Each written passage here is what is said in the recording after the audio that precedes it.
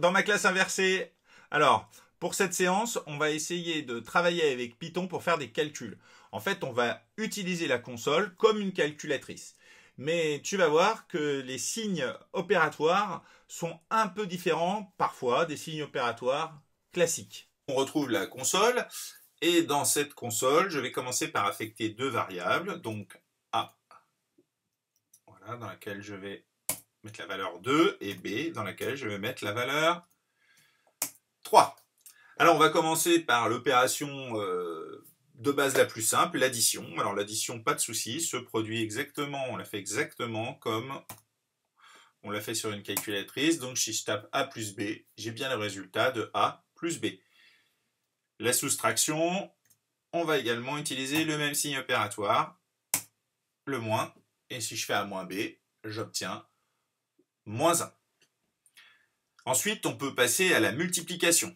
Donc si je fais A fois B, je vais utiliser comme symbole l'étoile. Et j'obtiens bien donc le produit des facteurs A et B. Alors maintenant, on va passer à la division. Alors la division, c'est très simple. Je peux la faire exactement comme je fais classiquement. Je peux faire A divisé par B. Et là, on me renvoie donc une valeur, bien sûr, qui est fausse, mathématiquement fausse, qui est une valeur approchée, puisque A sur B, c'est un rationnel, c'est pas un nombre décimal, donc normalement, on ne peut pas l'écrire sous forme décimale. Alors là, c'est la division donc qu'on utilise assez classiquement sur la calculatrice.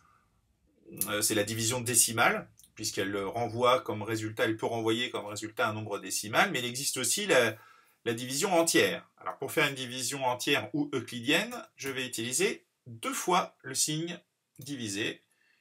Voilà. Et donc là, évidemment, on me renvoie la valeur 0.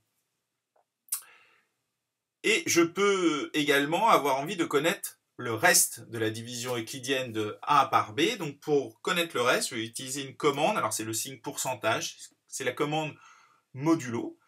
Et donc, voilà, je vais connaître ce reste et le reste 2.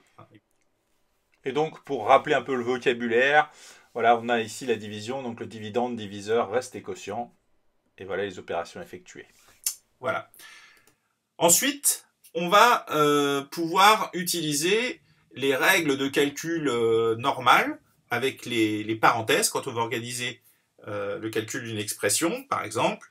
Alors, on va affecter une nouvelle variable. On va affecter, par exemple, la valeur 3 à C.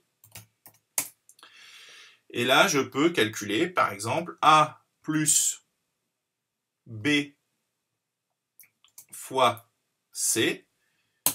Voilà, qui me donne 11, ou A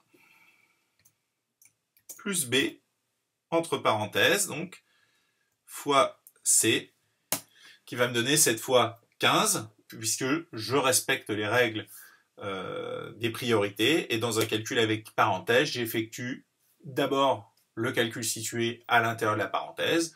Donc on voit que sur Python, on va pouvoir respecter ce genre de priorité.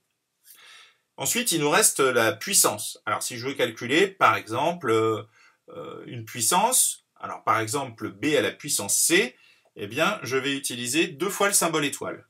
B à la puissance C, voilà, ça me donne donc 27. Alors, je peux sur les mettre au carré, par exemple, si je veux mettre B au carré, eh bien, je fais, hop, alors pardon, là, je me suis trompé, c'est un petit b, B au carré, et ça fait 9. Alors, pour avoir une racine carrée, on peut utiliser sur Python la commande puissance. Alors ça serait une petite démonstration à faire en mathématiques. Mais si par exemple je veux prendre la racine carrée de 4, eh bien il suffit de le monter à la puissance en fait 1/2, donc 0,5. Et j'obtiens 2.